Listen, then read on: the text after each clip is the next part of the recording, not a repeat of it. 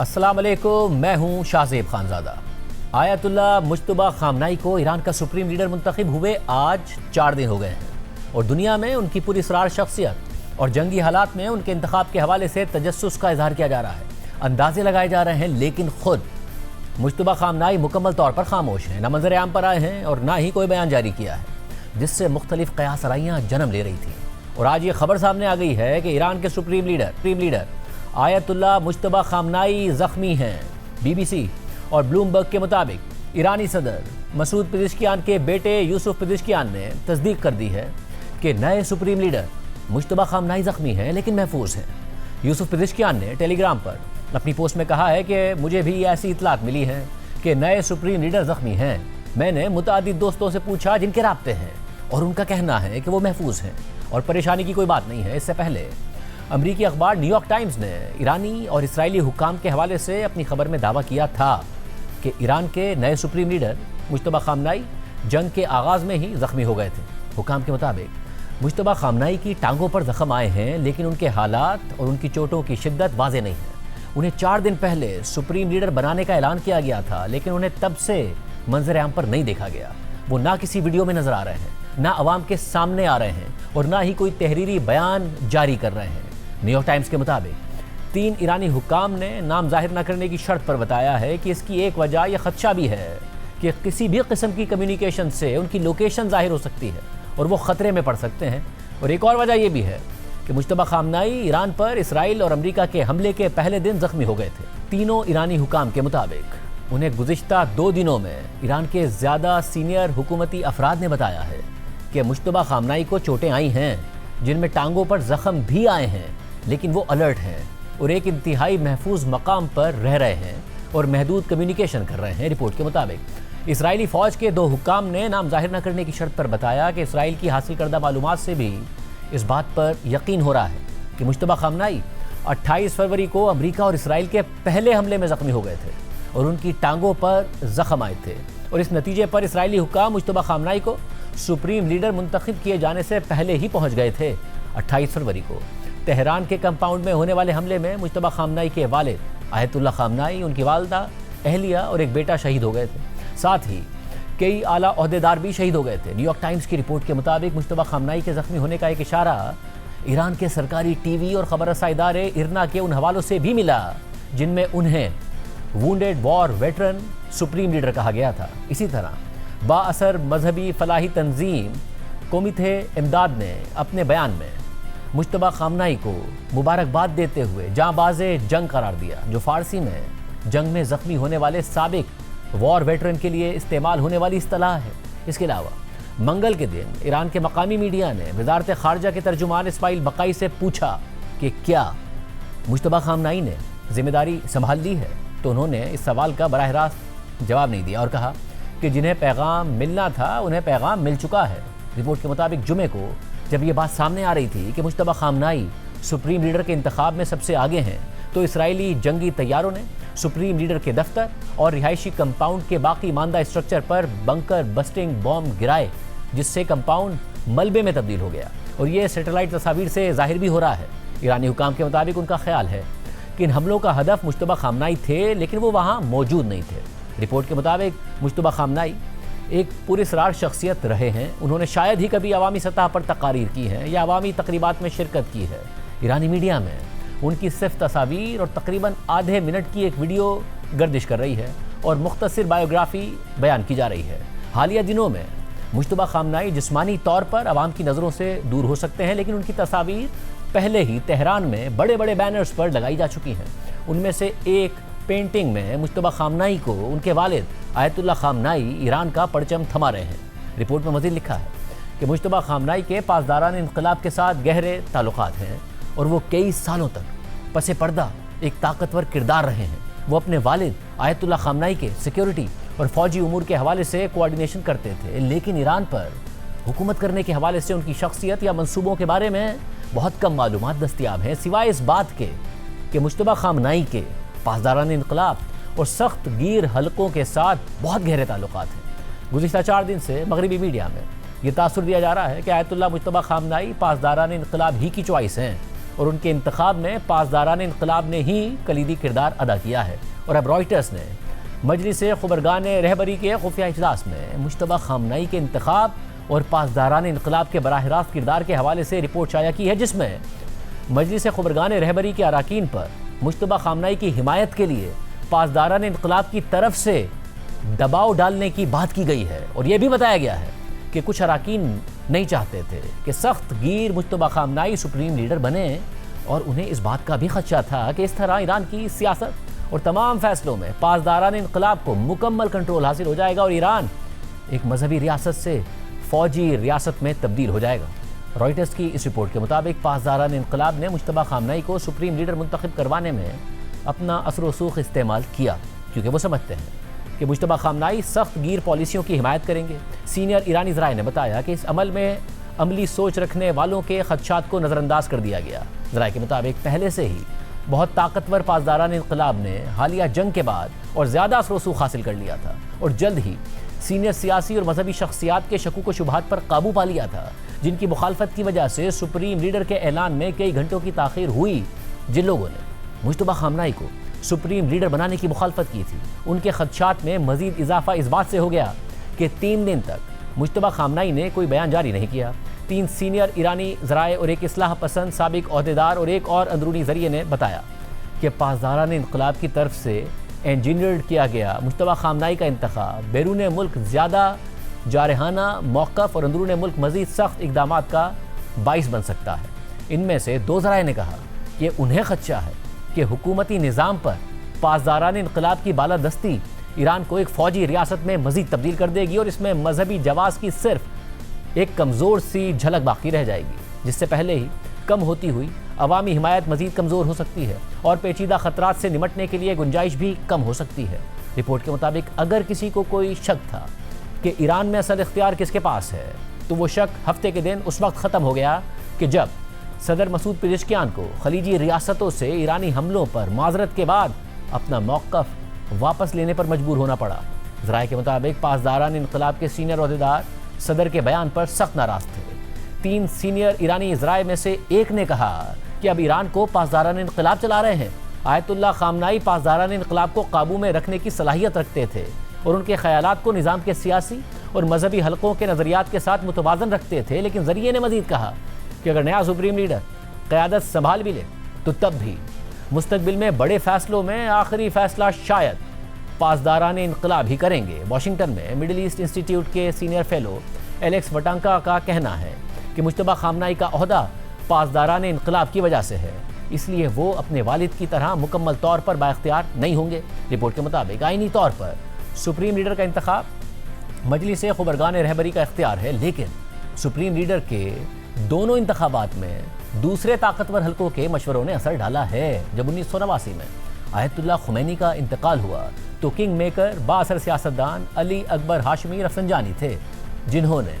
मजलिस ख़ुबरगान रहबरी को बताया कि आयतुल्लाह खुमैनी ने अपनी वफ़ात से पहले उनके कान में आयतुल्लाह खामनाई का नाम लिया था और इस बार किंग मेकर पासदारान इनकलाब है। और मज़कूरा ज़राए के मुताबिक पासदारान इनकलाब के पैगामात कहीं ज़्यादा दो टोक थे।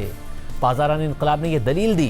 कि जंगी ज़रूरत है कि इंतखाब के अमल को तेज़ कर दिया जाए और ऐसे उम्मीदवार का इंतखाब होना चाहिए जो अमरीका के मुकाबले में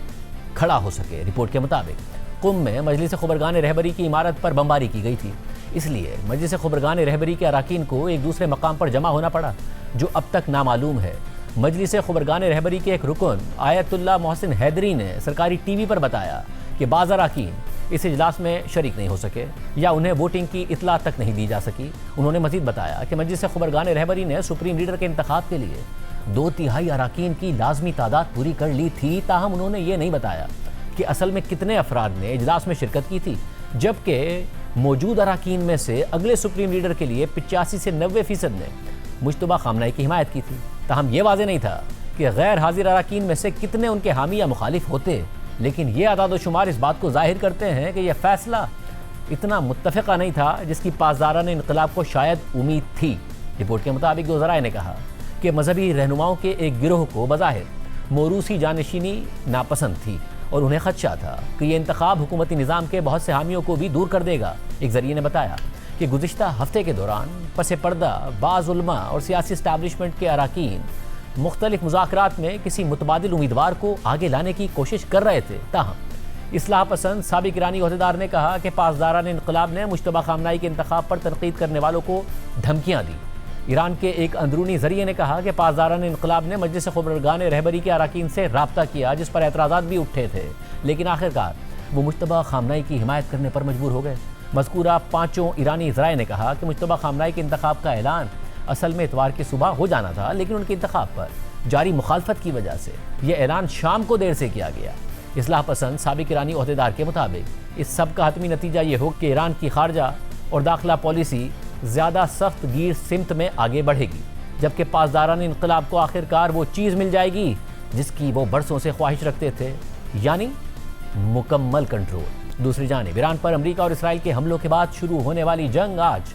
12वें दिन भी जारी है, मगर अब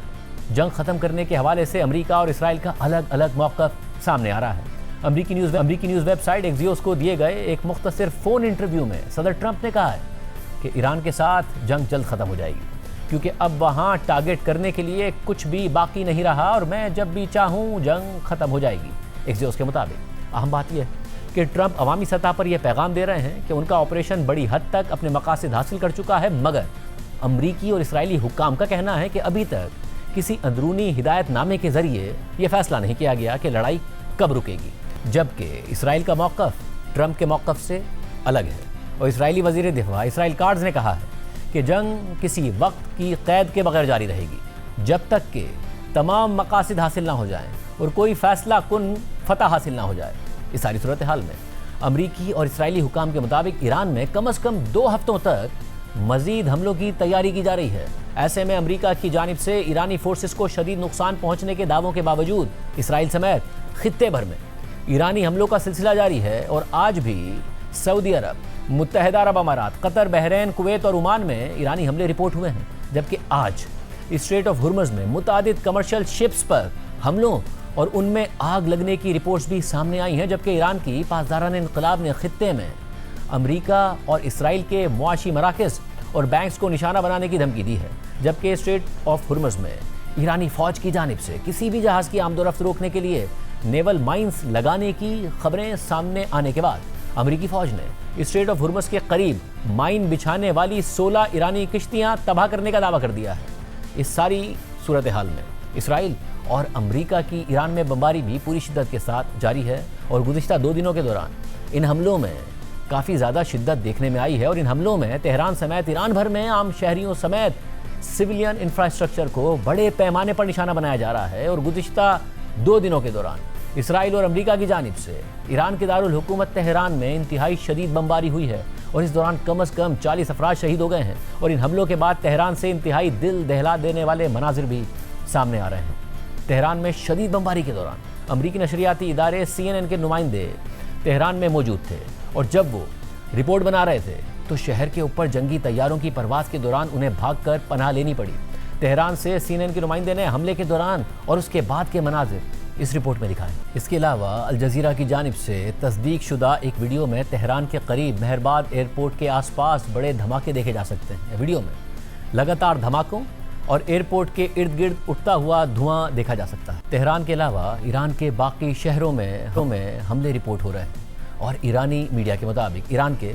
शुमाल मगरबी शहर तब्रेज़ में अमरीका और इसराइल की बमबारी के दौरान कम अज़ कम 3 अफराद मारे गए हैं, जबकि 28 फरवरी से अब तक अमरीका और इसराइल के हमलों के दौरान मारे गए ईरानी शहरियों की तादाद 1300 से तजावुज़ कर गई है। इस सारी सूरत हाल और शदीद बमबारी के बावजूद ईरान में आज हज़ारों अफराद अमरीका और इसराइल के हमलों में मारे जाने वाले मुतादिद सीनियर ईरानी कमांडर्स के जनाजे में शरीक हुए हैं। और तेहरान के इनकलाब स्क्वायर से सामने आने वाले इन मनाजिर में लोगों की एक बड़ी तादाद को देखा जा सकता है जो ईरानी कमांडर्स को खिराज अक़ीदत पेश कर रहे हैं। इस सारी सूरत हाल में आज भी मशरिक़ वस्ता में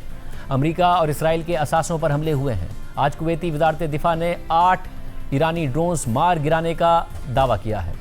और उनके मुताबिक कुवैत सिटी के एयरपोर्ट के फ्यूल टैंक्स को भी निशाना बनाया गया है और इस दौरान 2 सिक्योरिटी अहलकार मारे गए हैं। आज ओमान में भी ड्रोन हमले रिपोर्ट हुए हैं और हमलों की वजह से मस्कत इंटरनेशनल बुक फेयर भी मुलतवी कर दिया गया है। मुत्तहदा अरब अमारात की वजारत दिफा ने आज मुतादिद ईरानी ड्रोन्स रोकने का दावा किया है, जबकि आज दुबई एयरपोर्ट के करीब भी ड्रोन हमले हुए हैं जिनमें कम से कम 4 अफराद जख्मी हुए हैं। इसी तरह सऊदी अरब ने कहा है कि उसने 7 ईरानी ड्रोन्स को मार गिराया है जो मुत्तहदा अरब अमारात की सरहद के करीब शीबा ऑयल फील्ड को निशाना बना रहे थे। ताहम इस हमले में कोई नुकसान या जानी नुकसान रिपोर्ट नहीं हुआ। इसके अलावा सऊदी अरब के मशरकी इलाके और एक एयरबेस के नज़दीक ईरानी बैलिस्टिक मिसाइल्स को इंटरसेप्ट किया गया है, जबकि बहरीन में भी आज बड़े पैमाने पर ड्रोन हमले रिपोर्ट हुए हैं और इन हमलों में कई अफराद के जख्मी होने की इतलात सामने आई हैं। कल बहरीन से सामने आने वाली वीडियोस में देखा जा सकता है कि एक मस्जिद में लोग तरावी पढ़ रहे होते हैं और इस दौरान धमाकों की आवाज़ें सुनाई देती हैं। इसके अलावा ईरान की जानिब से इसराइल को बराह रास्त निशाना बनाने का सिलसिला भी जारी है और आज भी इसराइल के मुख्तलिफ शहरों में ईरानी हमले रिपोर्ट हुए हैं। अहम बात यह है कि मुख्तलिफ रिपोर्ट्स के मुताबिक इसराइल ने ईरानी हमलों के दौरान इसराइली शहरों की लाइव नशरियात और हमले के दौरान तबाही के मनाजिर दिखाने पर पाबंदी आयद की हुई है, जिसकी वजह से इसराइल में ईरानी हमलों से होने वाली तबाही के ज़्यादा मनाजिर सामने नहीं आ रहे हैं। इस हमले के कई घंटों बाद हिजबुल्लाह ने भी इसराइल की तरफ कई रॉकेट दागे थे जिनमें तकरीबन 16 अफराद के जख्मी होने की इतला सामने आई है, जबकि हिजबुल्लाह ने कल इसराइल के एक सैटेलाइट एंड रडार स्टेशन को भी निशाना बनाया है। इसराइली हुकाम ने खुद इस हमले की वीडियो जारी की है जिसमें देखा जा सकता है कि मिसाइल रडार स्टेशन से टकराने के बाद एक बड़ा धमाका होता है और उस धमाके से रडार स्टेशन को काफ़ी नुकसान पहुंचता है। रिपोर्ट्स के मुताबिक इस हमले के नतीजे में इस इसराइली इलाके के करीब वार्निंग सायरन्स ने काम करना छोड़ दिया था। इसके अलावा जैसा कि इस वक्त आप अपनी स्क्रीन पर देख सकते हैं कि ओमान की सलाला पोर्ट पर मौजूद ऑयल स्टोरेज फैसिलिटी पर ड्रोन हमला हुआ है और उसमें आग लगी हुई है, जबकि ईरान की फोर्सेस ने आज इसराइल की खुफिया फौजी एजेंसी समेत इसराइली शहर हाइफा में एक नेवल बेस और एक रडार सिस्टम को निशाना बनाने का दावा भी किया है। इसके अलावा बरतानिया के मैरीटाइम ट्रेड ऑपरेशंस ने स्ट्रेट ऑफ हुर्मुज़ में मुतादिद कार्गो शिप्स पर हमले रिपोर्ट किए हैं और इन हमलों के बाद कार्गो शिप्स में आग भी लग गई थी। ताहम अब तक कोई जानी नुकसान रिपोर्ट नहीं हुआ है। बरतानवी मैरीटाइम ट्रेड ऑपरेशंस के मुताबिक हमलों का निशाना बनने वाले जहाज़ों में थाईलैंड, जापान और मार्शल आइलैंड के परचम बरदार जहाज़ शामिल हैं। एक कार्गो शिप को दुबई से तकरीबन 50 नॉटिकल माइल की दूरी पर नामालूम मकाम से एक प्रोजेक्टाइल के जरिए निशाना बनाया गया, जिसके बाद उसमें आग लग गई। दूसरे जहाज़ को ओमान के साहिल से तकरीबन 11 नॉटिकल माइल की दूरी पर निशाना बनाया गया है। थाईलैंड का कहना है कि हमले के बाद थाई जहाज़ के पिछले हिस्से में धमाका हुआ और धमाके के बाद हमले के 3 अफराद लापता हो गए, जबकि 20 अफराद को ओमानी बहरिया ने बाहिफाजत निकाल लिया है। जबकि ईरान की पासदारान इनकलाब ने इस हवाले से कहा है कि उसकी बहरिया ने स्ट्रेट ऑफ हुर्मुज़ में मुतादिद वार्निंग्स नज़रअंदाज करने के बाद 2 बहरी जहाज़ों पर हमला करके उन्हें आगे बढ़ने से रोक दिया है। पासदारान इनकलाब के मुताबिक इन बहरी जहाज़ों में से एक पर इसराइल का परचम था, जबकि दूसरे पर लाइबेरिया का परचम था। इस सारी सूरत हाल में ईरानी फोर्सेस का दुनिया भर में तेल और गैस की तरसील के लिए इंतहाई अहम समंदरी गुजरगाह स्ट्रेट ऑफ हुर्मुज़ पर मुकम्मल कंट्रोल है, जिसकी वजह से 1 हफ्ते से भी ज़्यादा गुजरने के बावजूद इस अहम रास्ते से ईरानी और चीनी जहाज़ों के अलावा महफूज तरीके से एक भी कमर्शियल शिप नहीं गुजर पाया है। हालांकि अमरीकी सदर ट्रंप ने ऐलान कर दिया था कि अमरीकी कमर्शियल शिप्स को इस रास्ते से निकालने के लिए फौजी एस्कॉर्ट्स देने के लिए तैयार है, मगर रॉयटर्स के मुताबिक अमरीकी ज़राए ने उन्हें बताया है कि अमरीकी बहरिया ने शिपिंग इंडस्ट्री को बता दिया है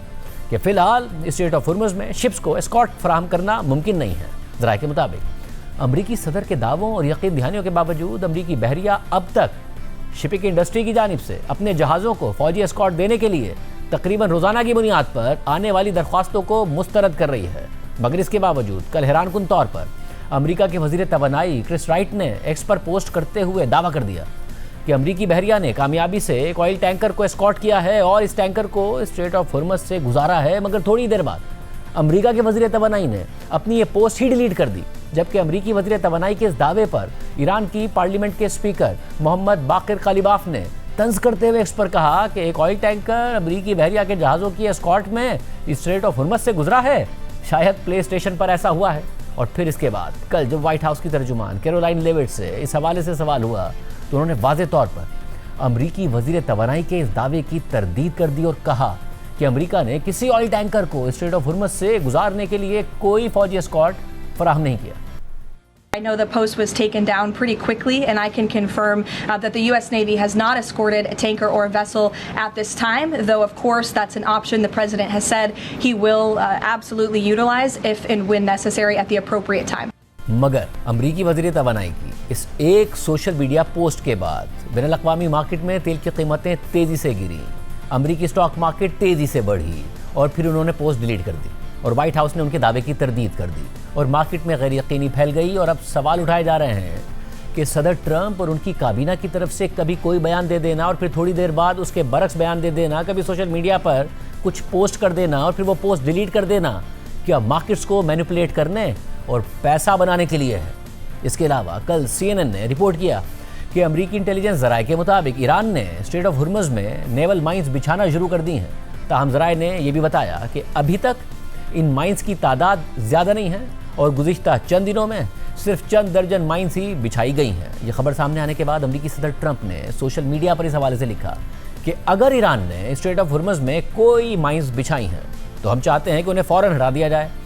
ताहम हमारे पास इस बारे में कोई रिपोर्ट नहीं है कि उन्होंने ऐसा कुछ किया है या नहीं। ट्रंप ने मज़ीद लिखा है कि अगर किसी भी वजह से माइंस बिछाई गई हैं और उन्हें फ़ौरन नहीं हटाया गया तो ईरान के लिए फ़ौजी नताइज इस सतह के होंगे जो पहले कभी नहीं देखे गए। लेकिन अगर वो इन माइंस को हटा देते हैं तो ये दुरुस्त सिमत में एक बड़ा कदम होगा और हम वही टेक्नोलॉजी और मिसाइल सलाहियतें इस्तेमाल कर रहे हैं जो मंशियात के स्मगलरों के खिलाफ इस्तेमाल की जाती हैं, ताकि इस स्ट्रेट ऑफ हुर्मुज़ में माइंस बिछाने की कोशिश करने वाली किसी भी कश्ती या जहाज़ को मुस्तकिल तौर पर ख़त्म किया जा सके। खबरदार रहें, इनसे जल्दी और सख्ती से निपटा जाएगा। इसके चंद मिनट बाद ट्रंप ने एक और पोस्ट की और दावा कर दिया कि गुज़िश्ता चंद घंटों के अंदर हमने माइंस बिछाने वाली 10 गैर फ़ाल कश्तियों और बहरी जहाज़ों को निशाना बनाकर मुकम्मल तौर पर तबाह कर दिया है और मज़ीद कार्रवाइयाँ भी मुतवक्के हैं। और फिर ट्रंप के इस दावे के बाद अमेरिका की सेंटकॉम ने एक वीडियो जारी करते हुए बताया कि अमेरिकी फ़ौज ने मंगल को स्ट्रेट ऑफ हुर्मुज़ के करीब ईरान की बारूदी माइंस बिछाने वाली 16 बहरी कश्तियों को तबाह कर दिया है। ये मनाजिर इस वक्त आपकी स्क्रीन पर मौजूद हैं और वीडियो में देखा जा सकता है कि समंदर में मौजूद मुबैना ईरानी बहरी जहाज़ों को टारगेट करके तबाह किया जा रहा है। अहम बात यह है कि यूनिवर्सिटी ऑफ शिकागो के centre for international security and law के मुताबिक नेवल माइंस के लचकदार, निस्बतन सस्ता और तारीखी तौर पर मौसर होने की वजह से फ़ौजी क़ुव्वतें मुख्तलिफ गहराइयों पर और दिफाई और जारहाना दोनों हालात में इन नेवल माइंस का इस्तेमाल करती हैं। स्ट्रेट ऑफ हुर्मुज़ की शिपिंग लेन्स में ये माइंस बराह रास्त नुकसान पहुंचाने के तरीके के तौर पर या बहरी जहाज़ों की रोकथाम के लिए मुफीद हो सकती हैं, जिससे जहाज़ों को एक पहले से तयशुदा रास्ते की तरफ मोड़ा जा सकता है। इन माइंस में आमतौर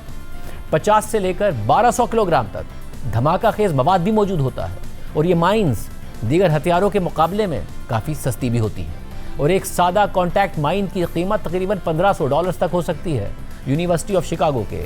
centre for international security and law के मुताबिक 1950 के बाद से अमरीकी बहरी जहाज़ों को होने वाले नुकसानात का तकरीबन 77% ऐसी ही नेवल माइंस की वजह से हुआ है, जबकि खुद ईरान की ऐसी नेवल माइंस को इस्तेमाल करने की तारीख भी मौजूद है। 1980 की दहाई में आखिर में इराक के साथ जंग के दौरान ईरान और इराक के दरमियान खलीज फारिस में एक टैंकर वॉर भी हो गई थी और इस दौरान 1988 में ईरान ने स्ट्रेट ऑफ हुर्मुज़ में तकरीबन 150 ऐसी ही माइंस नस्ब कर दी थी और उस वक्त स्ट्रेट ऑफ हुर्मुज़ में कमर्शियल शिप्स को फौजी स्कॉट फराहम करने वाला अमेरिका का एक तैयारा बरदार बहरी जहाज़ USS रॉबर्ट्स ऐसी ही एक नेवल माइन से टकरा गया था, जिससे इस अमेरिकी बहरी जहाज़ को शदीद नुकसान पहुंचा था और वो तकरीबन डूब गया था। इस सारी सूरत हाल में स्ट्रेट ऑफ हुर्मुज़ से तेल की सप्लाई अरब ममालिक के लिए बंद है, मगर खुद ईरान यहाँ से अपना तेल बेच रहा है और किसी और को नहीं बल्कि अमेरिका के देरीना हरीफ चीन को बेच रहा है। अमेरिकी नशरियाती इदारे CNN के मुताबिक जंग शुरू होने के बाद ईरान ने स्ट्रेट ऑफ हुर्मुज़ से 1 करोड़ 10 लाख बैरल्स तेल बेचा है और सारा का सारा चीन को बेचा है। यानी जंग के बावजूद ईरान तेल बेच रहा है और अमेरिका के हरीफ चीन तक उसका तेल पहुंच रहा है। जबकि दूसरी तरफ इस जंग के बाद अमेरिका के हरीफ रूस को फ़ायदा पहुंचने की खबरें भी रोज़ाना ही सामने आ रही हैं और अब खबर सामने आई है कि भारतीय रिफाइनरीज ने 3 करोड़ बैरल्स रूसी तेल फौरी तौर पर ख़रीद लिया है, क्योंकि वो अरब ममालिक से तेल नहीं खरीद पा रही थी और ख़ुद सदर ट्रंप ने उन्हें रूसी तेल खरीदने की इजाज़त दे दी थी। और दिलचस्प बात यह है कि यूक्रेन जंग के बाद भारत रूस से $20 से $30 के डिस्काउंट पर तेल खरीदता रहा, मगर अब ब्लूमबर्ग के मुताबिक भारत ने ये 3 करोड़ बैरल्स रूसी तेल खरीदा है और वो भी ब्रेंट क्रूड के मुकाबले में $8 तक महंगा यानी प्रीमियम पर खरीदा है, क्योंकि स्ट्रेट ऑफ हुर्मुज़ बंद होने से और ईरान जंग से पहले रूसी तेल खरीदने वालों को पता था कि रूस के पास और कोई ख़रीदार नहीं है, इसलिए वो मार्केट की कीमत के मुकाबले में सस्ता रूसी तेल खरीदते थे। और अब रूस को पता है कि भारत के पास अपनी ज़रूरियात पूरी करने के लिए रूसी तेल खरीदने के अलावा और कोई ऑप्शन नहीं है, इसलिए मार्केट से महंगा तेल बेच रहा है। यानी अमेरिका के हरीफ ट्रंप की ईरान जंग के बाद मज़े कर रहे हैं और अमेरिका के हलीफ फंस कर रह गए। इस सारी सूरत हाल में अब जहां सदर ट्रंप के हरीफ मज़े कर रहे हैं, वहीं दूसरी तरफ खुद अमेरिका और इसराइल इस जंग को शुरू करने के बाद अब इससे निकलने के बेहतरीन रास्ते तलाश करते दिखाई दे रहे हैं। और हालत ये हो गई है कि इस जंग का आगाज़ तो सदर ट्रंप की जानिब से ईरानी अवाम को ईरानी हुकूमत के खिलाफ सड़कों पर निकालने के मुतालबात के साथ हुआ था, मगर अब बात इसराइली वज़ीर आज़म नेतन्याहू की जानिब से ईरानी हुकूमत के खिलाफ ईरानी अवाम को बाहर निकलने की मिन्नतों पर पहुँच चुकी है। लेकिन जंग से पहले ईरानी हुकूमत की पॉलिसीज़, महंगाई और बेरोज़गारी के खिलाफ सड़कों पर निकलने वाली ईरानी अवाम अब ईरानी हुकूमत के खिलाफ इसराइल और अमेरिका की जंग में या तो अपने घरों में बैठे हैं या फिर ईरानी हुकूमत के हक़ में अमेरिका और इसराइल के खिलाफ सड़कों पर निकल रहे हैं। इस सारी सूरत हाल में कल रात को नेतन्याहू ने एक बार फिर ईरानी अवाम करते हुए लिखा है कि हम आज़ादी के लिए एक तारीखी जंग लड़ रहे हैं। यह आपके लिए ज़िंदगी में एक बार मिलने वाला मौका है कि आप आयतुल्लाह की हुकूमत को ख़त्म कर दें और अपनी आज़ादी हासिल करें। नेतन्याहू ने मज़ीद लिखा कि आयतुल्लाह अब नहीं रहा और मैं जानता हूँ कि आप नहीं चाहते कि उसकी जगह कोई और जालिम ले ले, इसलिए आपको अमल करना होगा। हम आपके लिए ऐसा करने के हालात पैदा कर रहे हैं जब वक्त दुरुस्त होगा, और वो वक्त तेज़ी से करीब आ रहा है। हम ये मिशन आपके हवाले कर देंगे, इस लम्हे को थामने के लिए तैयार रहें। यानी अब खुद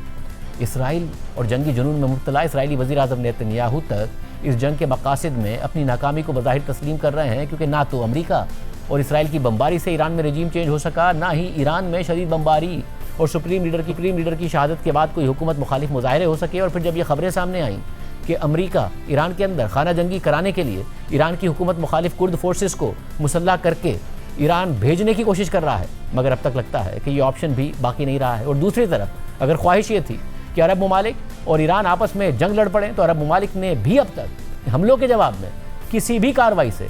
गुरेज किया है। प्रोग्राम में एक ब्रेक शामिल करते हैं। ईरान पर हमलों के हवाले से अमेरिका और इसराइल में एक और इख्तलाफ सामने आ रहा है कि कहाँ हमले नहीं होने चाहिए, वो कौन सा जजीरा है, तो उसके साथ आप सामने रखेंगे ब्रेक के बाद। ईरान पर अमेरिका और इसराइल के हमले मुसलसल जारी हैं, मगर अब ये खबरें सामने आ रही हैं कि अमेरिका ने इसराइल को खबरदार किया है कि वो ईरान में तेल की स्ट्रेटेजिक तनसीबात को निशाना ना बनाए। इस बारे में अमरीकी न्यूज़ वेबसाइट एक्सियोस ने 3 ज़राए के हवाले से लिखा है कि ट्रंप इंतज़ामिया ने पीर के रोज़ इसराइल से कहा है कि वो ईरान में तवानाई के मराकज़, ख़ास तौर पर तेल के बुनियादी ढांचे पर मज़ीद हमले ना करे। और ये पहली मरतबा है कि ट्रंप इंतज़ामिया ने इसराइल को रोकने की कोशिश की है, जबकि दोनों ममालिक ने 10 दिन पहले ईरान के खिलाफ मुश्तरका फ़ौजी कार्रवाई शुरू की थी। इसराइली हमलों के नतीजे में तेहरान, जो तकरीबन 1 करोड़ आबादी वाला शहर है, गाढ़े और जहरीले सियाह धुएं और तेज़ाबी बारिश की लपेट में आ गया था, जिसके बाइस आम ईरानी शहरियों के लिए सेहत के ख़तरात से मुताल्लिक अलर्ट जारी किए गए थे। एक इसराइली अहदेदार ने बताया कि अमरीकी पैगामात आला सियासी सतह पर भेजे गए और इसराइली फ़ौज के सरबराह एयाल ज़मीर तक भी पहुँचाए गए। एक दूसरे इसराइली अहदेदार ने कहा कि अमरीका ने हमसे कहा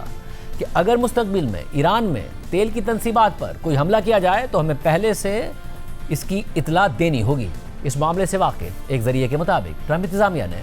अपनी दरख्वास्त की 3 बड़ी वजूहात बयान की हैं, जिनमें से एक वजह यह है कि इस किस्म के हमलों से आम ईरानी शहरियों को नुकसान पहुंचता है, जबकि उनमें से बड़ी तादाद हुकूमत की मुखालिफ समझी जाती है। दूसरी वजह, सदर ट्रंप जंग के बाद ईरान के तेल के शोबे के साथ ताउन करना चाहते हैं, जैसा कि उन्होंने वेनेजुएला के मामले में किया वहाँ की हुकूमत को हटाने के बाद। तीसरी वजह यह बताई जाती है कि ऐसे हमलों से यह खतरा है कि ईरान खलीजी ममालिक में तवानाई के इंफ्रास्ट्रक्चर पर बड़े पैमाने पर जवाबी हमले कर सकता है। रिपोर्ट के मुताबिक जंग के आगाज़ में ईरान ने ड्रोन्स के जरिए खलीजी ममालिक में तवानाई की तनसीबात पर हमले किए थे, लेकिन उनसे कोई बड़ा या नाकाबिल तलाफी नुकसान नहीं हुआ था। अमेरिका को खदशा है कि अगर ईरान के तेल के इंफ्रास्ट्रक्चर पर दोबारा बड़े हमले हुए तो ईरान अपनी हिकमत अमली तब्दील कर सकता है और उसके नतीजे में तेल की आलमी कीमतें मज़ीद बढ़ सकती हैं। रिपोर्ट के मुताबिक एक जरिए ने बताया कि सदर ट्रंप ईरान की एनर्जी और तेल की तनसीबात पर हमलों को आखिरी और इंतहाई तबाहकुन ऑप्शन समझते हैं, जिसे सिर्फ उसी सूरत में इस्तेमाल किया जाना चाहिए कि जब ईरान खुद पहले खलीजी ममालिक की तेल की तनसीबात को निशाना बनाए। सदर ट्रंप ने अवामी सतह पर भी इसी मौक़िफ़ का इशारा दिया है। उन्होंने पीर को खबरदार किया कि अगर ईरान ने तेल की आलमी फराहमी को नुकसान पहुँचाया तो उसे 20 गुना ज़्यादा सख्त जवाब दिया जाएगा। उन्होंने ट्रुथ सोशल पर लिखा कि अमेरिका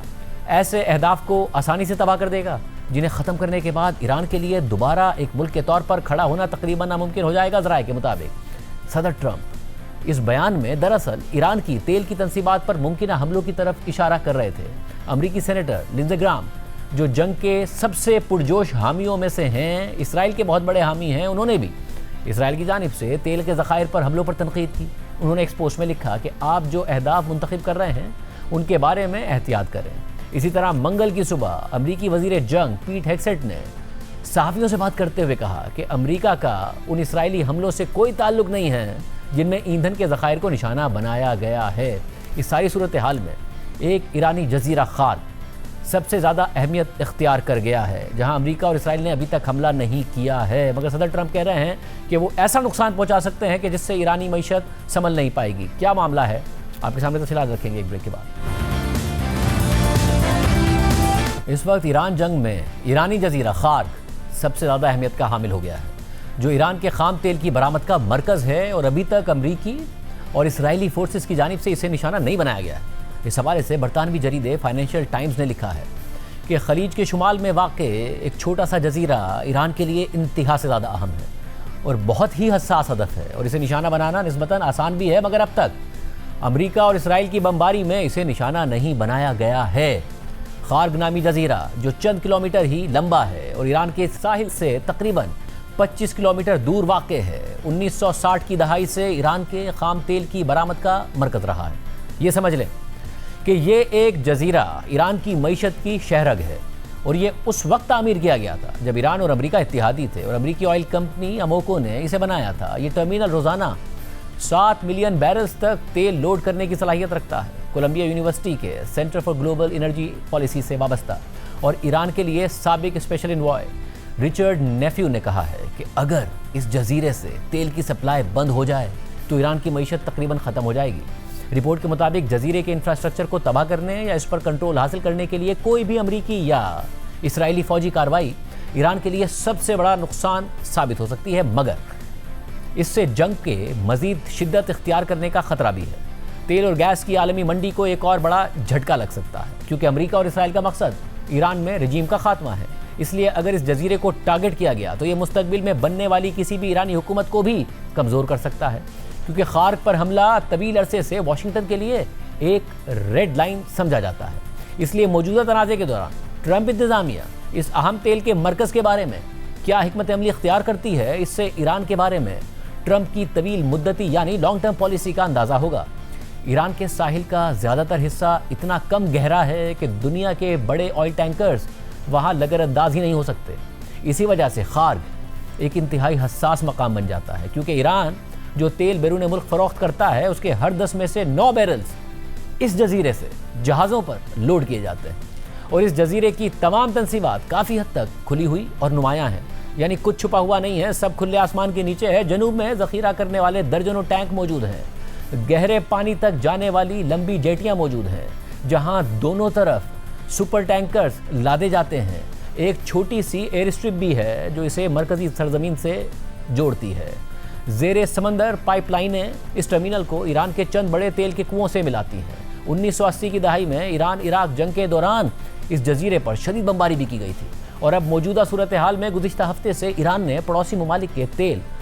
और गैस के इंफ्रास्ट्रक्चर पर हमलों के ज़रिए इस तनाज़े को मज़ीद फैला दिया है, जिससे तेल और गैस की मंडियों में एक बहरान पैदा हो गया है। ऐसा उतार चढ़ाव हुआ जो माजी में कभी नहीं हुआ। सदर ट्रंप को मजबूर होना पड़ा कि वो अपनी सबसे बड़ी पॉलिसी बदल दें और भारत समेत दीगर ममालिक को अपने दुश्मन मुल्क रूस से तेल खरीदने की इजाज़त दे दें। इतवार के रोज़ इसराइल ने तेहरान में ईंधन के बड़े ज़खायर को निशाना बनाया, जिसके नतीजे में एक बड़ी आग भड़क उठी और दारुल हुकूमत के ऊपर धुएं का स्याह बादल छा गया, मगर इसके बावजूद खार्ग जजीरे पर कोई हमला नहीं किया गया। और फिर यह खबर भी सामने आई कि ट्रंप इंतज़ामिया इस बात से भी नाराज़ है कि इसराइल ने ईरान में तेल को क्यों निशाना बनाया, हालांकि अमेरिका खुद बच्चियों के स्कूल्स, अस्पतालों और दीगर अवामी मकामात को निशाना बना रहा है। मगर जैसे ही इसराइल ने तेल के ज़ख़ीरे को निशाना बनाया तो सदर ट्रंप को बहुत बुरा लगा। फाइनेंशियल टाइम्स के मुताबिक ऐसा लगता है कि ये टर्मिनल मुकम्मल तौर पर काम कर रहा है। टैंकर ट्रैकिंग प्लेटफॉर्म्स के आदाद-ओ-शुमार से जाहिर होता है कि गुज़िश्ता हफ्ते के दौरान कई सुपर टैंकर्स ने यहाँ से तेल लोड किया। जुमे की रात भी एक खाम तेल बरदार super tanker straight of Hormuz से गुजरा, जहां लड़ाई की वजह से दूसरे जहाज़ों की आमदोरफ्त मुतासिर हो चुकी है। जंग दूसरे हफ्ते में दाखिल होने के बाद सदर ट्रंप ने कह दिया कि अब अमरीकी बमबारी का दायरा सिर्फ फौजी और जौहरी अदाब तक महदूद नहीं रहेगा, बल्कि उसमें नए इलाके और लोगों के बाज़ ग्रुप्स भी शामिल हो सकते हैं। ताहम व्हाइट हाउस ने खार्क जजीरे के बारे में अपनी हिकमत अमली पर तबसरा करने से अभी तक इनकार किया है। खित्ते में तवानाई से मुताल्लिक एक आला ओहदेदार ने कहा कि अगर खार्क पर हमला हुआ तो फिर जंग के तमाम उसूल ख़त्म हो जाएंगे। कुछ इसराइली सियासतदान भी ईरान के तवानाई के इंफ्रास्ट्रक्चर पर हमलों का मुतालबा कर रहे हैं। अपोजिशन लीडर याइर लेपिड ने हफ्ते के रोज़ दोबारा कहा कि इसराइल को चाहिए कि खार्क जजीरे पर ईरान की तमाम तेल की फील्ड्स और तवानाई की सनत को तबाह कर दे, क्योंकि यही वो इकदाम है जो ईरान की मईशत को मफलूज कर देगा और हुकूमत को गिरा देगा। ताहम फाइनेंशियल टाइम्स में रिचर्ड नेफ्यू की राय के मुताबिक खार्क पर हमला जंग में एक बहुत बड़ा इजाफा और कदम होगा। अमेरिका और इसराइल दोनों को मालूम है कि अगर खार्क पर हमला किया गया तो ईरान खलीजी ममालिक के तेल के इंफ्रास्ट्रक्चर को ज़्यादा बड़े पैमाने पर बराह रास्त निशाना बना सकता है और इससे आलमी मंडी में तेल की सप्लाई बहुत लंबे अरसे के लिए मुतासिर हो जाएगी। तेल और गैस की कीमतें भी आसमान को पहुँच जाएंगी और आलमी मईशत का भट्टा बैठ जाएगा। जैसा कि कतर के वज़ीर तवानाई ने भी कहा था कि ये जंग तवील होगी तो तेल की कीमत दुगनी यानी $150 फी बैरल हो जाएगी और महंगाई का तूफान लाएगी और दुनिया की मईशतों का भट्टा बिठा देगी। फाइनेंशियल टाइम्स के मुताबिक अगर जंग में खार्क जजीरे को तबाह कर दिया गया तो फिर ईरान में हुकूमत की तब्दीली कामयाब भी हो जाए तो भी इसके बाद आने वाली हुकूमत बहुत कमज़ोर हो जाएगी। यही वजह है कि अभी तक ऐसा नहीं किया गया, मगर इसका मतलब ये नहीं है कि इस जजीरे को कभी निशाना नहीं बनाया जाएगा। रिपोर्ट के मुताबिक ट्रंप इंतजामिया के बाज़ ओहदेदारों ने इशारा दिया है कि तवील मुद्दती हिकमत अमली ये हो सकती है कि ईरान के तेल के ज़खायर आखिरकार फ्रेंडली फोर्सेस के कंट्रोल में आ जाएं। व्हाइट हाउस की नेशनल एनर्जी डोमिनेंस काउंसिल के एग्जीक्यूटिव डायरेक्टर जेरड एगन ने फॉक्स न्यूज़ से बात करते हुए कहा कि बिलाखिर हमें स्ट्रेट ऑफ हुर्मुज़ के मसाइल की फ़िक्र नहीं करनी पड़ेगी, क्योंकि हम तेल को दहशतगर्दों के हाथों से निकाल लेंगे। हडसन इंस्टीट्यूट के सीनियर फेलो और साबिक अमरीकी ओहदेदार माइकल डोरान ने कहा कि अमरीका तवील अरसे से खार्क के मामले में रेड लाइन खींचता आया है और गुज़िश्ता साल इसराइल और ईरान के दरमियान 12 दिन की जंग के दौरान भी इस जजीरे को दानिस्ता तौर पर निशाना नहीं बनाया गया था। हालांकि इस जजीरे पर हमला मौजूदा हुकूमत को मुआशी तौर पर जख्मी कर सकता है, मगर मसला यह है कि हमला मुस्तकबिल में बनने वाली किसी भी ईरानी हुकूमत को भी नुकसान पहुँचाएगा। उन्होंने कहा कि व्हाइट हाउस ये भी नहीं चाहता कि तेल की कीमतों में मजीद इजाफा हो। इम्कान है कि इसराइल भी अमरीकी पाबंदियों की पासदारी करेगा। अब तक इसराइली और अमरीकी अफवाज ने हमलों की जोग्राफियाई जिम्मेदारियां तकसीम कर रखी हैं। इसराइली तैयारे ईरान के मगरबी और वस्ती इलाकों को निशाना बना रहे हैं, जबकि अमरीका ईरान के जनूबी हिस्से और उसके समंदरों की जिम्मेदारी संभाले हुए है, जिनमें खार्क जजीरा भी शामिल है। तेल की कीमतों में इजाफे के खदशे और चीन के साथ ताल्लुकात बरकरार रखने की अहमियत की वजह से मुमकिन है कि खार्क से खाम तेल की मुसलसल सप्लाई जारी रहे। ईरान की तेल की बरामदात की भारी मिकदार चीन ही को जाती है। इस वक्त जंग के दौरान भी ईरान ने चीन को 1 करोड़ 10 लाख बैरल तेल सप्लाई किया है। माइकल डोरान ने कहा कि सिर्फ इंतहाई संगीन हालात जैसे कि खलीजी ममालिक को ईरानी हमलों में बड़े जानी नुकसानात का सामना हो और वो जवाबी कार्रवाई का मुतालबा करें, तभी खार्क जजीरे को मौजूदा जंगी अहदाफ में शामिल किया जा सकता है। इसराइली ऑपरेशन के बारे में ब्रीफिंग लेने वाले एक शख्स ने बताया कि फ़िलहाल जंग का मकसद महदूद है और ईरान को मुकम्मल तौर पर तबाह करना नहीं है। असल मकसद हुकूमत की तब्दीली के लिए रास्ता हमवार करना है। आज के प्रोग्राम में इतना ही, जा दीजिए। अल्लाह हाफ़िज़।